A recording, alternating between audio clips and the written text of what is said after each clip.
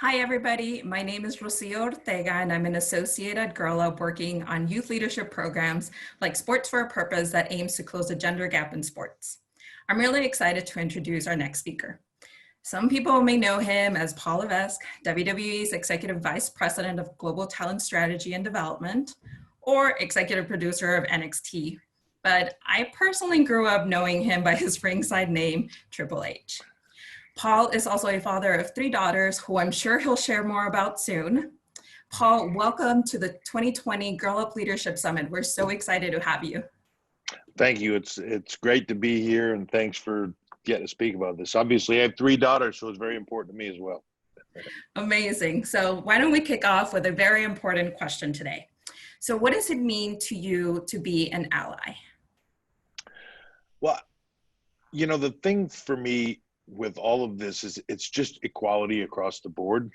So part of me doesn't like the term ally because I feel like it's like I have to help somebody else do something. I just wish people could see it for what it was. And that's just whether it's sports or business or anything else, it's just people being good at what they do, being respected for what they do, and being given the opportunity to do what they do, or have a passion to do, or want to show that they're the best in the world at, or whatever that is. Just having that same opportunity should be what this is all about. In this moment, you do need allies. So I guess if that's how you want to look at it, then consider me one, because I feel like this should be equal. It's one of the things that I'm most proud of now is when we, in the WWE, especially in NXT, when we have women main eventing shows, it's not even, we just did it a week ago at the Great American Bash. It's not even a question anymore. It's just the main event. It's not made a big deal of. No one says, oh, the women are headlining. It just is what it is. Yeah, I love that. Normalizing that this should be the norm going forward. So I really agree with that. Now, in the pursuit of achieving gender equality, the focus has often been on women and it being a quote unquote women's issue. I'm curious to know, how can men play a role to empower and remove barriers for the inclusion of women? I think by supporting the athletes that are competing, that are doing it, I think that by showing that support, by promoting it, by being a part of it. It's funny that with the Performance Center for WWE, I've been able to watch firsthand, and we have about 100 athletes at any given time in the Performance Center, a large percentage of which are women. It's often amazing to me at how much harder the women are working sometimes than the guys. I will go to the gym on a regular basis when I'm there, and watching the training go down, not necessarily the in-ring training, but the strength and conditioning, everything that goes on behind the scenes. And it's oftentimes I'm amazed at how much more disciplined and how much more focused and how much more effort the women are putting into it to get to the place that they need to get to. And I think that's done out of necessity. They have to work twice as hard to get the recognition and the reaction to it. But I'm inspired by that more often than not. To me, more often, I'd rather go train when the women are in there because it's more focused and they train harder, and I'd rather be around that environment. A lot of times the guys are in there just goofing off and, Love doing that. their thing. Yeah. Now, speaking of inspiration, what advice do you have for fathers with daughters out there? Don't limit them. It's hard for me. Like, Steph and I want to allow our daughters to do anything that they want to do. So if they have an interest in something, it doesn't matter. And I think for years there's been certain stigmas put on things of like, well, that's a guy's sport, or that boys do that, or girls do this and boys do that, and let them find what they want to do. I don't think that it should matter. I think that we have 3 girls ranging in age right now from very shortly here. They'll be 14, 12, and 10. And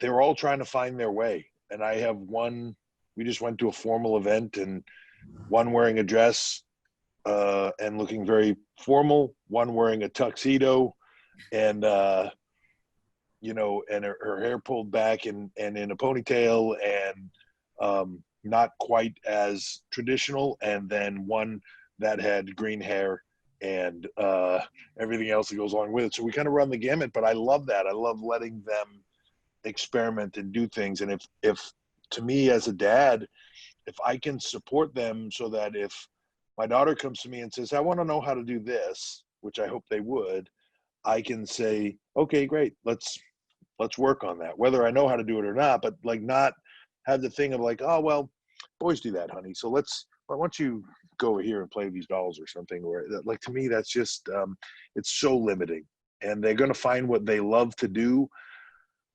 whether it's traditional or non-traditional. If you allow them to do that, they will find what they excel in, and then just support them in it. No different to me than a lot of fathers would do, or a lot of mothers would do for boys. Do the same thing for girls. You can be anything you want to be in life. You just have to work hard at it.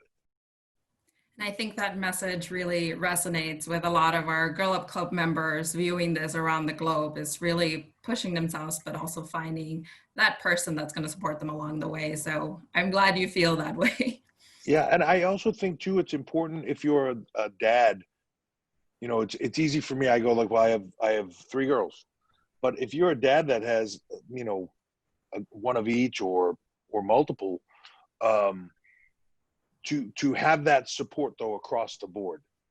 To same thing with your boys. Let them try and do the things that they're passionate about, whatever that is, whether it makes you uncomfortable or not.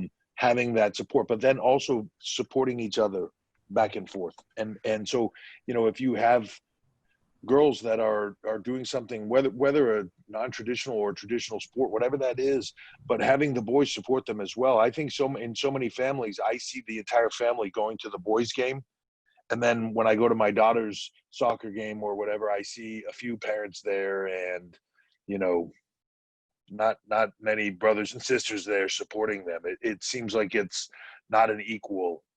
I think that support should be across the board. Amazing. Now, to bring it back a little bit to our leadership summit, this year's theme is We Need to Talk. What's the biggest issue affecting girls and women right now? In sports, I probably the visibility of it. I think that so many times, and it's funny because I think that we tend to look at what's out there in the world right now. So you tend to look at like the WNBA or something like that, and you say the visibility of the NBA versus the WNBA is, the men get so much more coverage, the women get so little coverage. The NBA, the male side of it, need to support the women's side as well. But I think it goes back further than that. I think when you're in school, when you're in high school, when you're in college, it seems to me, and again, just my point of view, but it seems to me that there's so much support for male sports. So there's a giant pep rally for the male football team, but they don't do anything for the female soccer team or the whatever it is. The support should be there across the board for all sports. And I think it is one of the biggest problems. I think that there's not a lot of support there. There's not a lot of help for people to if you want to participate in that sport, for you to have that support behind you, whether it be your family or the school itself or others, putting money and training into coaching, into how do you even get to the games? How do you get to the practices? How do you do all Right. those things? To have that support behind you so that you have the same, I don't want to say easy path, but at least the same ease of entry that everybody else has, that boys have, and women should have it as well. And that starts at the youngest of levels in sports. Right. And everything that you're saying, I'm pretty sure I've heard a lot of our Girl Up Club leaders say. They share the same sentiment, how do we increase that access or visibility? Which actually leads me to my next question. What inspires you about young women activists today? So I think that the inspiring thing about them is their ability to, when someone tells them no, to say, that's not good enough for me. If somebody tells them you can't do that, to say, yes, I can, and here I'm going to go do it, but not only for themselves, but for others. And I think that's the important thing. It's not about in the individual journey. It's I think that the activists that are part of it are all reaching back into themselves to then give back to others, so that they can all have that opportunity, so that the opportunity is normalized across the board for everybody. Sports is such an important part of life for me, I believe, in growing up, and I think it teaches you so many things. For me, it was the gym, separate from individual, like team sports so much, but like that learning that how hard you work at something relates to your success in that. That you can train and work harder, and the direct results will come from that. I believe that's an important factor in success of life.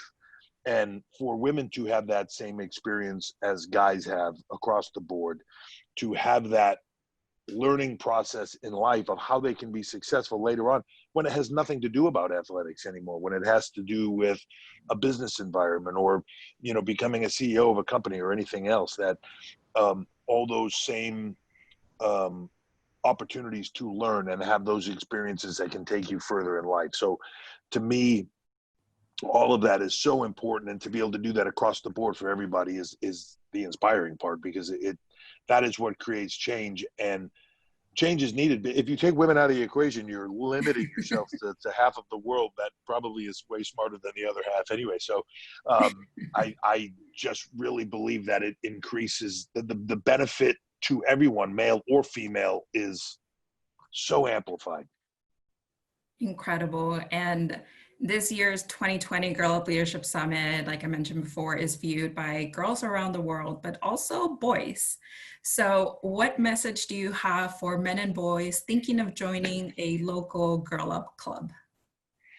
I'd say go for it. Uh, you know, I've seen so many impressive things and inspiring things in WWE. I've been in countries now, a few years ago in Abu Dhabi, a country where women weren't even allowed to go to sporting events, and then were allowed to go, let alone participate in them, where our women were given, after a lot of lobbying, the opportunity to compete for the first time in front of fans. And I sat there and watched while they competed against each other, and saw boys and girls in the crowd with tears in their eyes chanting, "This is hope." It all starts with things like this. And if you have the opportunity to help create that change, if you can join something, boy or girl, that can help bring that kind of change to people and help them get that opportunity, then you owe it to yourself, because it's a very rewarding thing. I can tell you, the people in the crowd weren't the only one with tears in their eyes. So, it's meaningful to yourself as well. So if you have that desire to do it, do it. Be a part of it. Be a part of that change, and help people have that opportunity. Now, last question before we wrap things up. So a lot of our Girl Up Club members and friends attended the 2019 WrestleMania pay-per-view. And it was the first time that in WWE's history we had a women headline the main event. Why is it important to support your fellow athletes and colleagues in moments like these? For me, again, it comes down to normalizing. So while that was incredibly special, I so look forward to the day when it doesn't matter, when, if the main event of WrestleMania or any other massive sporting event are women, that no one thinks twice about it. It's just because they are the most important thing on the card. It happened that last year at WrestleMania,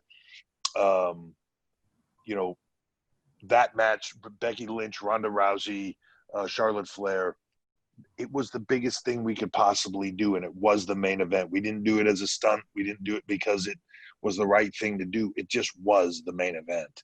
And that's the one thing that I want to stress for WWE. It's for us, it's not about giving them something that isn't deserved. It's about them taking it. And they're in the main event because they are the main event. They're in the main event that night, or they're in the biggest match that night because they are the biggest match that night. Nothing is handed to them. It's been earned, and it's been worked hard for.